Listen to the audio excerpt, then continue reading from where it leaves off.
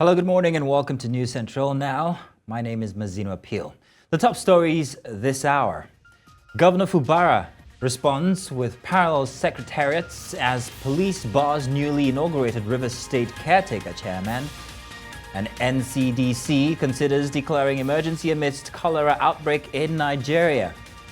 Guinea-Bissau orders partial closure of Senegal border following deadly clashes. Details shortly. Welcome back. Now, let's begin by telling you that Governor Siminalayi Fubara has announced that the 23 local government councils will operate from alternative secretariats in response to the escalating political crisis in Rivers State. This decision follows the police sealing off the council office on Tuesday. Speaking in Port Harcourt on Wednesday after swearing in the 23 local government caretaker committee chairman, Governor Fubara assured that the councils could function from any location. His statement came as police barred the newly inaugurated caretaker chairmen from accessing their official offices across all 23 local government headquarters. The secretariats were secured with police patrol vans and armed officers as the State Police Command moved to prevent further bloodshed and maintain law and order. This action by the police came amid ongoing tension between Governor Fubara and his predecessor, Nyesom Wike, who has been locked in a battle in disputes since last year. And in the meantime, more reactions continue to trail the swearing in of caretaker committee chairman for the 23 local government councils of Rivers State by the state governor, Siminalayi Fubara. News Central correspondent Austin Azu, who has been monitoring the Rivers local government political crisis, completes the report. This is the Rivers State Government House where the swearing in of the 23 local government chairmen and their vice is currently holding inside the ESCO chambers. There are heavy presence of security personnel on the ground. Meanwhile, these supporters couldn't gain access into the inner chambers to witness the events. It's expected that at the end of the swearing in, these council chairmen and their vice will return to their various local government areas to assume duties. The development adds another twist to the political crisis of the state months after the Rivers Assembly passed the Local Government Amendment Bill into law. The Rivers State Assembly has been vetted by lawmakers, allowing it to extend the tenure of council chairpersons, their vice and councillors. However, a court nullified the amended law, prompting an appeal. But on Tuesday, some suspected youths loyal to both Governor Fubara and his predecessor had a clash over tenure allegation based on court order. If your tenure has expired, doesn't mean I should say because I want to please you, I will allow you. No, it doesn't happen anywhere. People must take over, manage the affair, and elections be conducted. Some of the newly sworn-in caretaker committee chairman is here to address his people on the vision and mandate assigned him. My vision is simple. When you trickle it down from what the governor is saying in the state, he says Rivers first. Where we are today is Faga first. The interest of Faga people first. The interest of everybody you've seen here first. We will not subvert the resources that is meant to advance and better the lives of the people you are seeing here for our selfish interests. Meanwhile, these legal practitioners provide answers to the legality of the appointment of the caretaker committees by the governor. What he had done is clearly an aberration, clearly unconstitutional. I think he's fanning the embers of illegality. Section 7 of the 1999 Constitution is very clear. Bearing in mind that there is a pending suit at the Supreme Court against this caretaker, and Rivers State government is a party to it.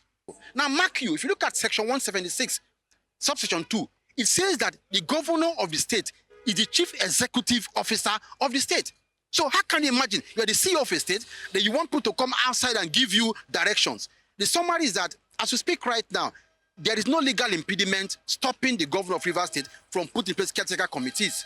to run the state. One thing residents of the state desire now is for the politicians and supporters to ensure violence, maintain the peace, and be guided by the Constitution to promote unity, inclusive administration, and achieve progress at the grassroots.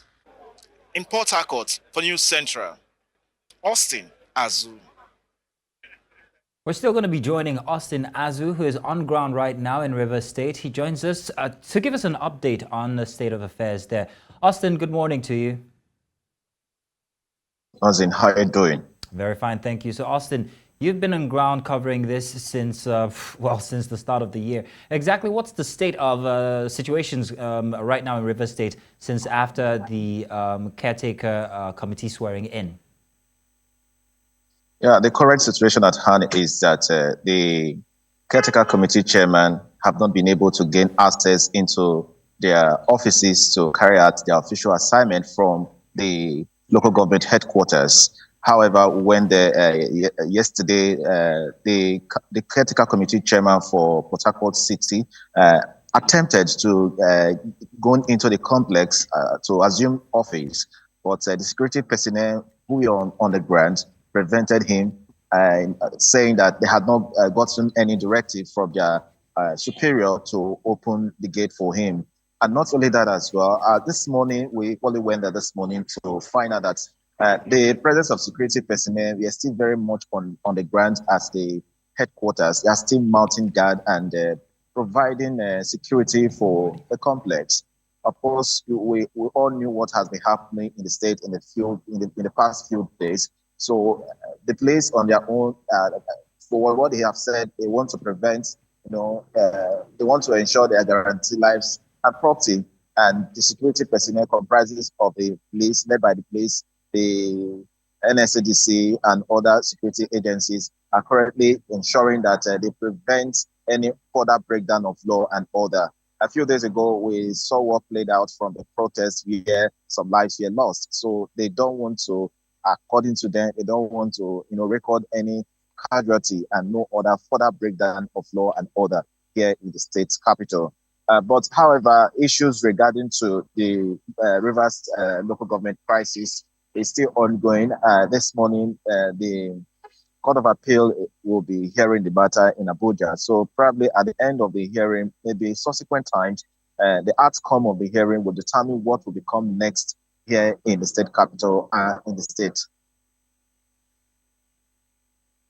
Now, regarding the presence of police and security personnel, how's that going? Are they still at the secretariat or the government offices? And exactly where did the governor mean that the caretaker committee can operate from when he said that they can operate from anywhere? Well, from yesterday, from the swearing in, we didn't hear the governor made it publicly. But however, probably after the inauguration of the caretaker committee, probably a statement was issued or probably a directive was given. Based on the facts on ground, maybe the chief press secretary or the mouthpiece of the government will be able to give a clear understanding of where that statement emanated from. However, the police are still very much on the ground at the local government headquarters across 23 local government areas of the state to ensure that they are able to protect the property and the government facilities on ground there, knowing fully well that we still have some other persons who are anti, who may likely take advantage of it to go and, vandalize or destroy government property. So they are very still much on the ground at the local government headquarters to provide security for the facilities on ground, and as well, probably because now, even what we saw, no staff were allowed to gain access into the complex. So if the council caretaker committee chairmen are not on their offices, it means no one can gain access into the complex. We saw some people who were asked to return back. So pending when the tension would actually die down before they will have more people going into their offices to carry out their official assignments. Austin, thank you very much for bringing us up to speed on what the situation is in Rivers State. Thank you. You're most welcome. Now, let's also tell you that the Edo State House of Assembly has given a scorecard of its performance in the last 1 year. The Speaker of the Assembly, while reeling out achievements recorded by state lawmakers, say despite challenges, much has been achieved in passing bills that helped the executive of the state tackle environment and security challenges, amongst others. In the 1 year under review, the 8th Assembly has had a few challenges, but with the bond of friendship, comradeship, understanding, and unity, the House stands tall. The House also passed a resolution calling on Edo State government to address the issues of the ecological problem, stagnant flood water and bad roads in Ebotubu community in a local government area. The resolution is calling on the Commissioner of Police, Edo State Command, and other security agencies in Edo State to restructure the current security formation, comb the bushes, take preemptive steps to allow farmers carry out their farming activities, secure lives and properties to suit the present security challenges in Edo State. Now, away from that, the leader of the indigenous peoples of Biafra, Nnamdi Kanu, has agreed to seek out, or rather an out-of-court settlement over charges tendered against him bordering on terrorism and treasonable felony. The lead counsel to Kanu, Aloy Ejimako, informed the Federal High Court in Abuja as the trial of Kanu resumed in the capital city. Marvelous Obomadu tells us more. The trial of the leader of the proscribed indigenous people of Biafra, IPOB, took a different turn during the resumed hearing in Abuja. Counsel to Kanu informed the court of a possible discussion with the federal government to settle out of court. He said he had informed the federal government's counsel, Awolowo Adeboyiga, about the plan. However, reacting to the development, the prosecution counsel noted that it is not in his position to negotiate a settlement and urged the defense team to approach the Attorney General of the Federation for further discussion. Other interested parties in the case also threw their weight behind the decision by Kanu, calling on government to reconsider its position on the case and give room for national reconciliation. Recently, we saw a situation where the Attorney General of the Federation took steps under Section 174 of the Constitution, which is very similar to Section 17 of the Federal High Court Act.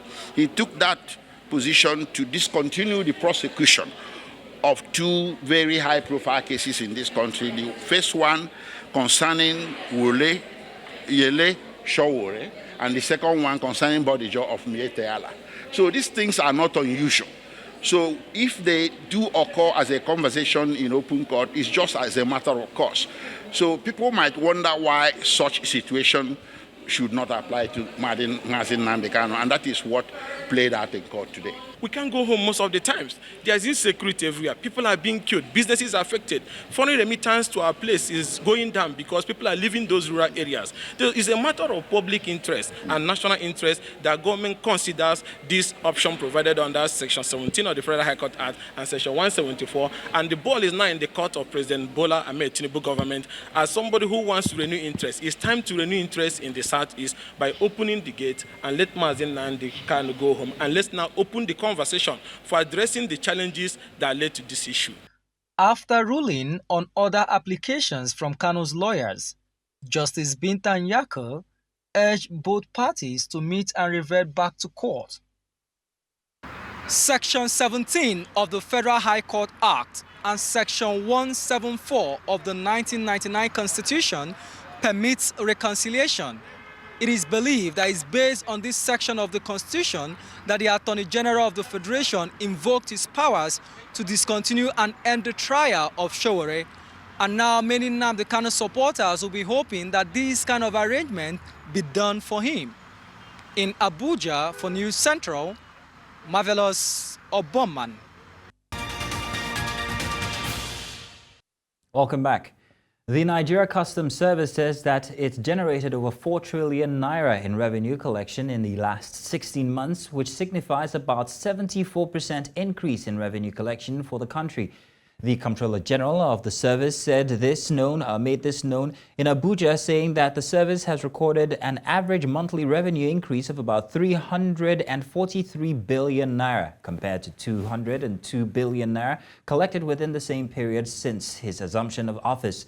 He says that over 100% increase in revenue collection was recorded in the first quarter of 2024 compared to 2023.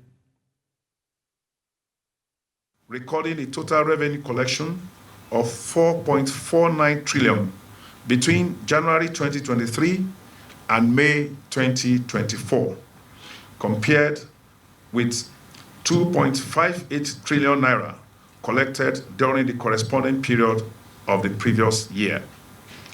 This achievement was underpinned by a sustained increase of 70.13% in the average monthly revenue collection compared to that of previous years. In a significant move to boost agriculture and ensure farm security, Southwest governors have agreed to initiate massive land clearing for farming and to enhance security through specialized units within the Amoteku Corps. This decision was reached on Wednesday during a roundtable on food security hosted by the Development Agenda for West Nigeria Commission in Ibadan, the capital of Oyo State.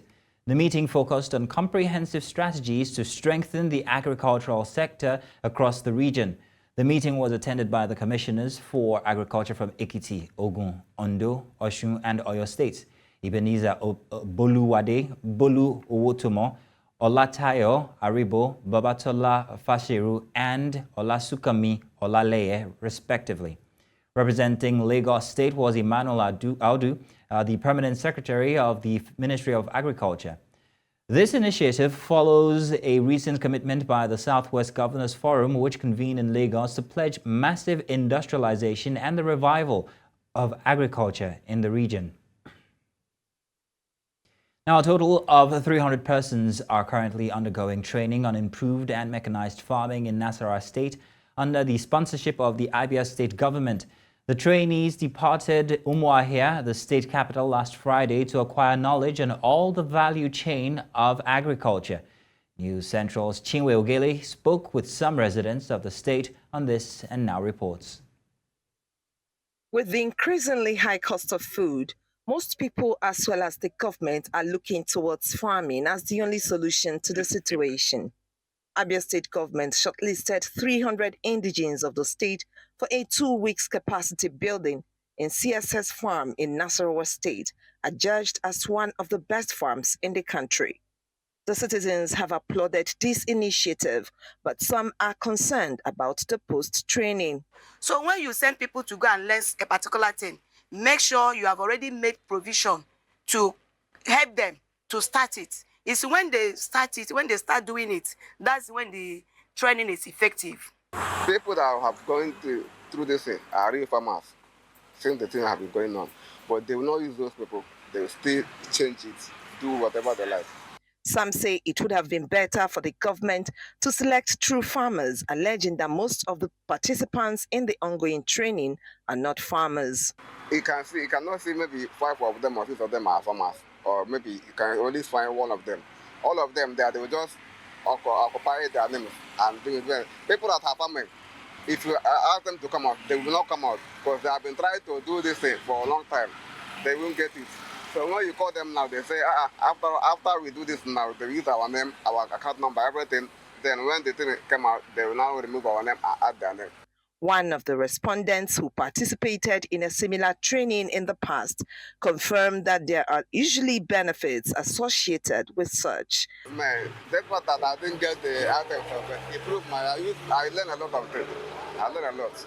Then I use it and add up my farm and move on. The essence of the capacity building is for the trainees to learn new and better ways of farming to improve agricultural produce and reduce the price of foodstuff in the market. Farming is lucrative now. Can you see what a pint of gari is costing? Pint of gari is almost 4,000. What about rice? What about beans? What about yam? That's why everybody should go and learn how to farm. Hopefully, The government will follow up on the trainees after acquisition of knowledge to ensure they put into practice all that is learned, even while educating others. In Omaha for News Central, Chinwe Ugele.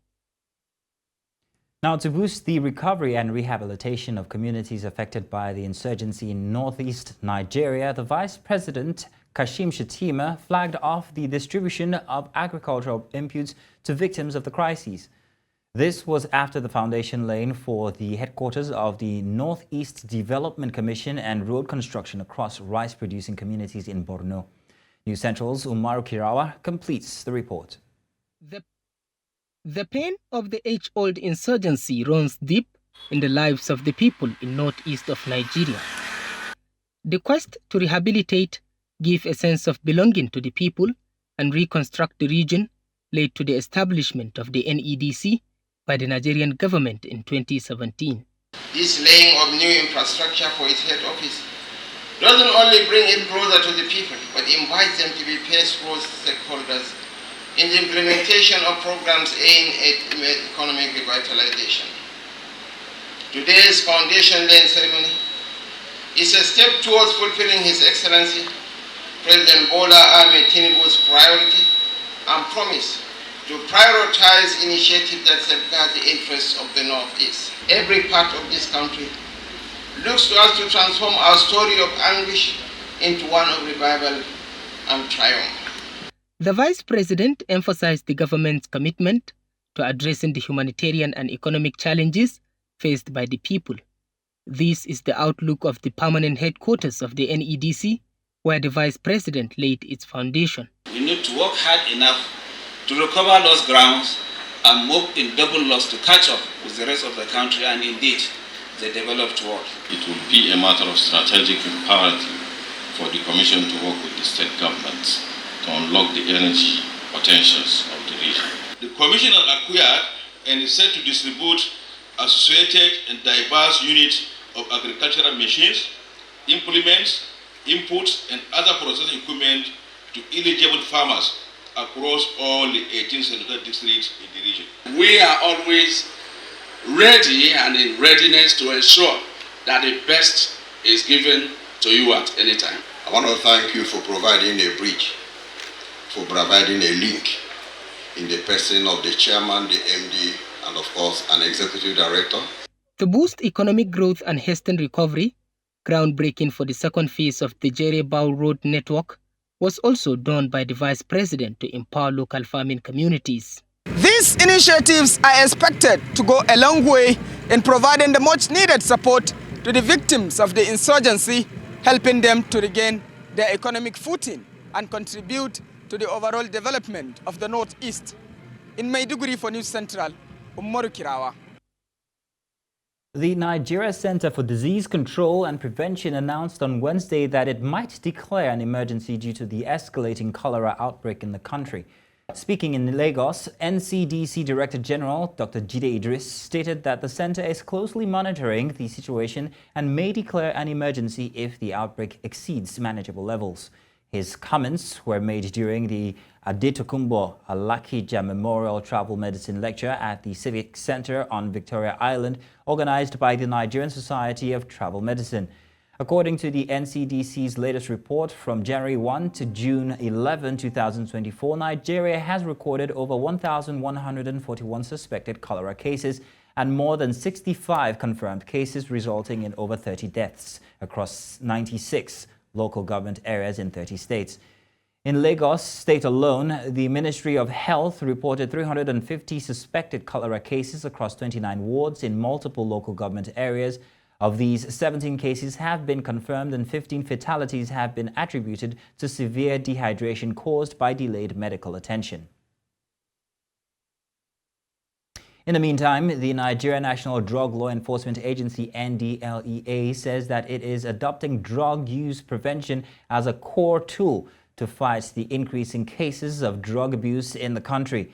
This was as the NDLEA unveiled its program of events for the 2024 International Day Against Drugs and Illicit Trafficking, where it also added that the agency has achieved much success in the war against illicit drug trafficking. Amadin Uyi reports. Drug abuse in Nigeria has been on the increase and has been recorded to pose a menace for the nation's youthful population. We know from the 2019 National Drug Use Survey for Nigeria that the youth prevalence of drug use in Nigeria is considerably high. The survey estimated drug use prevalence in Nigeria at 14.4%, which was at the time 3 times above the global prevalence of drug use, and indicated that the drug use was most prevalent among young people between the age of 25 and 39 years. As Nigeria prepares to mark the 2024 International Day Against Drugs and Illicit Trafficking, experts say worrisome projection indicates this will rise in the next few years, thus the need to act quickly. Further projections show that by 2030, there will be a 40% increase in the use of drugs in Africa based on the population of young people. And this is extremely concerning if we consider that 2030 is only 6 years away. The NDLEA says that efforts are being put in place to reduce the menace of drug abuse in the country, thus the adoption of preventive efforts by the agency. Prevention is an important aspect of effort to curb the menace of abuse of illicit drugs in society. At NDLEA, prevention as ably anchored in our war against drug abuse social advocacy program is a priority area for us.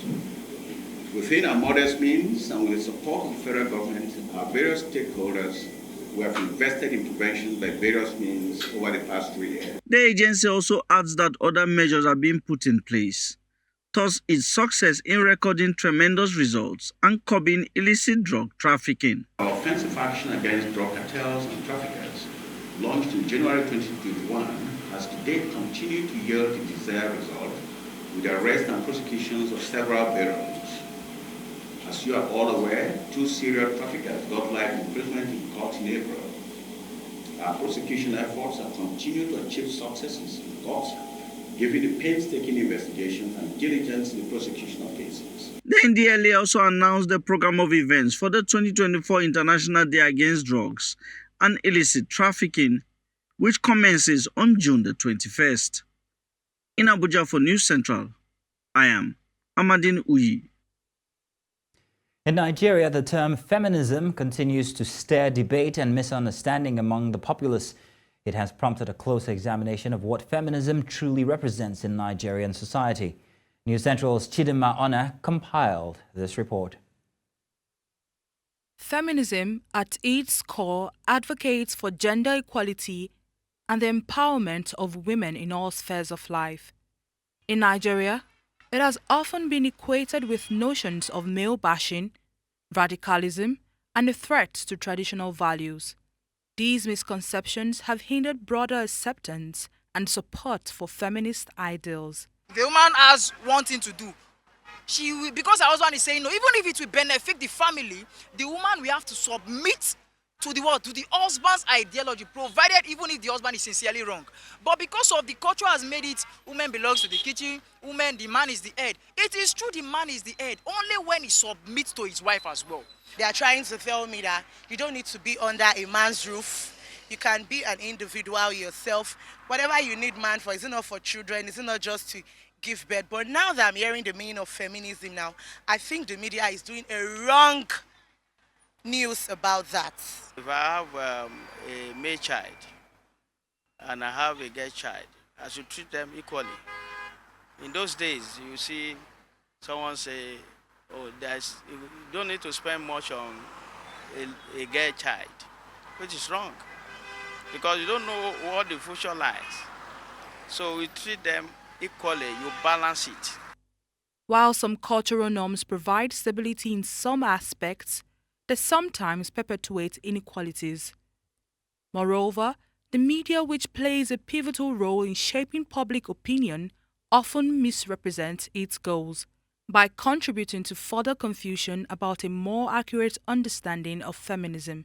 I think it majorly has to do with the media portrayal of feminism, especially in the social space, that's just social media, especially Twitter and the rest. So Feminism these days is now a thing of 18 men being vowed towards men. The portrayal of feminism on social media, it comes from a place of trauma that has not been dealt with. You know, people are not healed. So it's a one-side story. It's not coming from a place of logical reasoning and thinking. Because if we were to think about it, everybody should be feminist. As strides are being made towards achieving greater gender equality in Nigeria, efforts that align with a more inclusive society for all should be taken to achieve lasting impact. Coming up, RSF raises alarm over press suppression in Niger. We'll bring you the details after the break.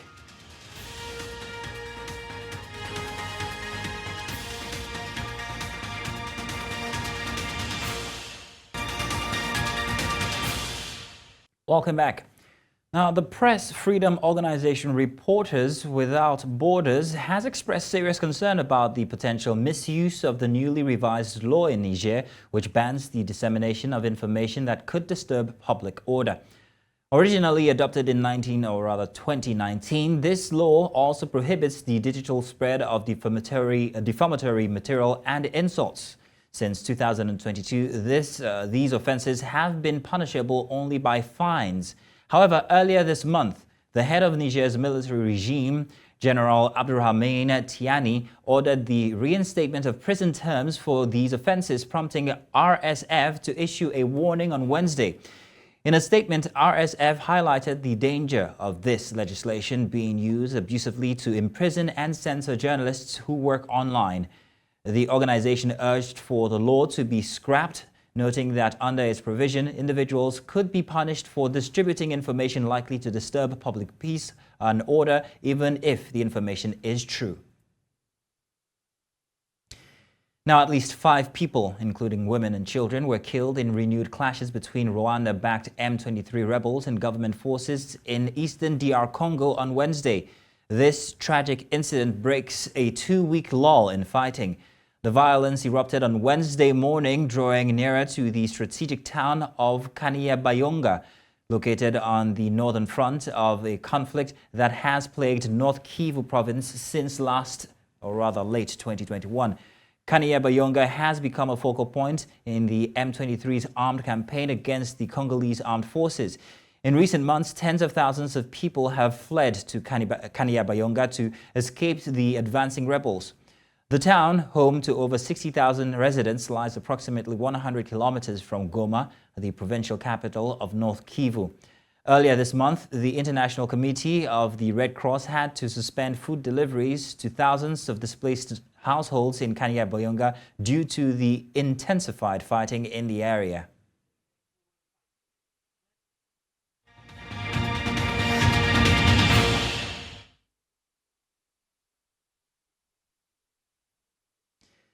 Now, survivors had to wait 40 years for the perpetrators of their assault to be convicted in a Peruvian court. 10 military officers were sentenced in Lima by the First National Superior Criminal Court to up to 12 years in prison for sexually assaulting 9 rural women and girls in 1984. This happened when the army was fighting the Maoist Shining Path guerrillas and set up a base near the Adin town of Manta and Vilca in the Huancavelica, one of the Peru's poorest regions. In May of this year, the government's Unified Registry of Victims of the Conflict estimated that there were 5,882 cases of sexual assault during the period of armed conflict. Condenando al acusado Martín Sierra Gabriel, con DNI número 45272333, en calidad de autor directo del delito contra la libertad y violación sexual en agravio de la persona iniciales VGA, ilícito previsto y sancionado en el artículo 170 del Código Penal, modificado por la Ley 26293, considerado como un delito de lesa humanidad. Muy poco, 20 años de lucha hemos tenido, pero no estoy contento, no estoy conforme con 10 años de sentencia. Ninguno se han presentado los que estaban denunciados. Son cobardes. Ella ha sido tan víctima como nosotros. Ha sido humillada Marilia Araujo ya no está en esta tierra, ya se fue ya. Ella, ¿de qué sirve? Que va a haber reparación también. Pero no estamos de acuerdo con la reducción de las penas que había pedido la Fiscalía de 18 a 20 años, ¿no? Y han quedado en 10 a 12 años respectivamente, y tampoco estamos de acuerdo con la reparación civil que no... Meanwhile, Russian President Vladimir Putin met his Vietnamese counterpart on Thursday as he began a state visit to Hanoi, a day after signing a mutual defense pact with North Korea's Kim Jong-un. Putin and Kim inked a strategic treaty at a summit in Pyongyang that included a commitment to come to each other's aid if attacked. Putin was welcomed by newly installed Vietnamese President To Lam and a military guard at the presidential palace in Hanoi. He will hold talks with Lam and later meet other senior Vietnamese leaders, including Nguyen Phu Trong, the powerful general secretary of the ruling Communist Party. Business now. The year-to-date return of the Nigerian Exchange Limited all-share index dropped to 33.53% on Wednesday after declining by about 0.08%. The drop in the prices of major and medium-capitalized equities, including MTN Nigeria Communications, Nigerian Breweries, FBN Holdings, United Bank for Africa, and FCMB Group, was the primary cause of this unfavorable performance. The overall market fell as a result of profit-taking in consumer goods and insurance sector, despite increasing purchasing activity in oil and gas and banking equities. Now, Aziz Lawal, MD Trust Bank Asset Management Limited, is joining me on News Today to dive deep into the reality in the market. Good morning and welcome. Thank you for joining us. Yeah, good morning. Thank you for having me. Good. Now, on the top gainers and losers chart yesterday, we observed significant price movements in several notable companies. What are your thoughts on these changes? Yes, yeah, like you rightly said, right? Notable gainers, and yes, among these notable gainers were Guinness, like you also rightly mentioned in your report, Guinness, Champion Breweries, and Fidelity Bank. For Guinness, we believe it's a continuation of the company's positive rally that was seen since last week, following the announcement of Tolerance acquisition announcement. Similarly, the announcement of that Enjoy Core Limited had successfully completed the acquisition of 86.5% stake in Champion Breweries also contributed to the gains we saw in Champion Breweries yesterday. Typically, announcements of strategic acquisitions improve sentiment around the subject of such acquisition. And that's what we are seeing with Guinness and Champion Breweries, and that will likely persist. So that's for our Champion Breweries and Guinness. But for Fidelity, it's largely driven by the ongoing public offer. But conversely, losses in MTN, Nigerian Breweries, FBNH, and UBA were primarily responsible for the ASI's negative performance that we saw yesterday. Thank you. Okay, then what about in terms of sectorial volume traded? Now, the financial sector had more activities. Can we attribute this to the ongoing capitalization? Yeah, thank you. Yes, absolutely, we can. Absolutely. Particularly, we saw a cross deal of about 1 billion units of Fidelity shares at around 10.85 yesterday, making Fidelity account for over 65% of the total value traded for the day. And the activities around the bank is largely, like I mentioned earlier, it's largely driven by the ongoing rights and public offer. So we can say that the significant volumes of value traded yesterday can be attributed to the ongoing recapitalization exercise. Sorry. Thank you. Okay, then. Now I'm going to keep you with us for just a minute. We have to take a very short break, and when we get back, we can still continue on this conversation. Don't go anywhere. Thank you. Welcome back. I still have Aziz Lawal with us, and we're talking about the market this morning and, of course, everything that's been going on. Aziz, are you still with me? Yeah, very well. All right, fine, good. So Aziz, earlier you talked about Fidelity Bank and their open offer, and also I'm wondering, what about other banks? How many banks have come to the market so far, and how has the reception been to the offers that they are bringing?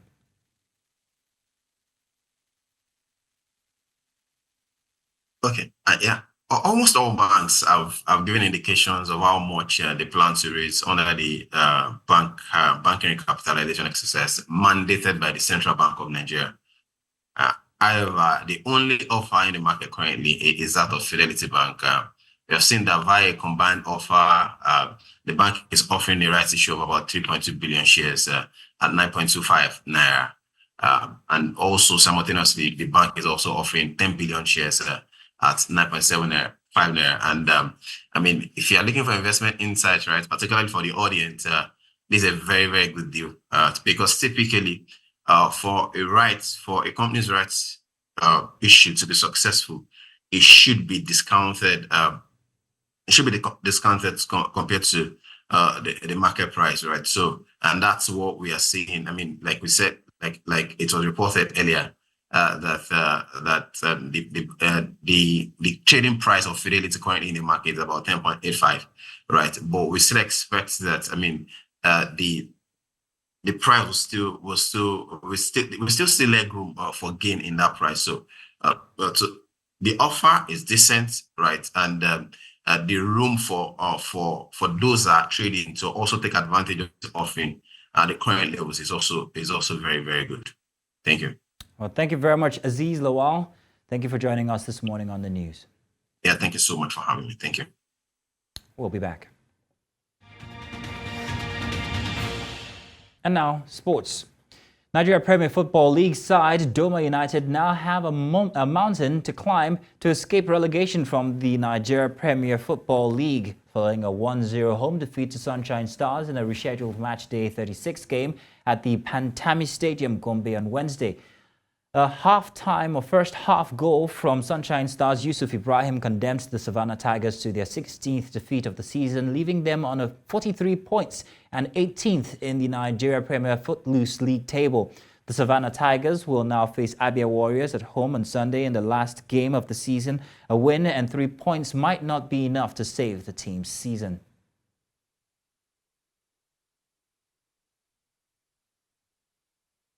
The Nigeria Women Football League side Rivers Angels have qualified into the last four of this year's President's Federation Cup after defeating Oshu Babes 5-0 in Enugu on Wednesday. In other centers, Abuja-based Niger Ratels also reached the semi-finals following a 5-4 penalty shootout defeat of FC Robo Queens of Lagos at the Stephen Keshi Stadium in Asaba. Both teams ended the regulation period with scoreline at 1-1 and Delta Queens 1-2-0 against Sunshine Queens from Akure at the Samuel Ogbomudia Stadium in Benin City. Remo Stars ladies continued their fairy tale run into this year's competition with a 3-2 penalty shootout defeat of veteran campaigners Nasara Amazons after both teams ended 90 minutes with a 1-1 draw. Remo Stars ladies will now face Niger Ratels in the semi-finals. Meanwhile, Delta Queens will battle it out against Rivers Angels.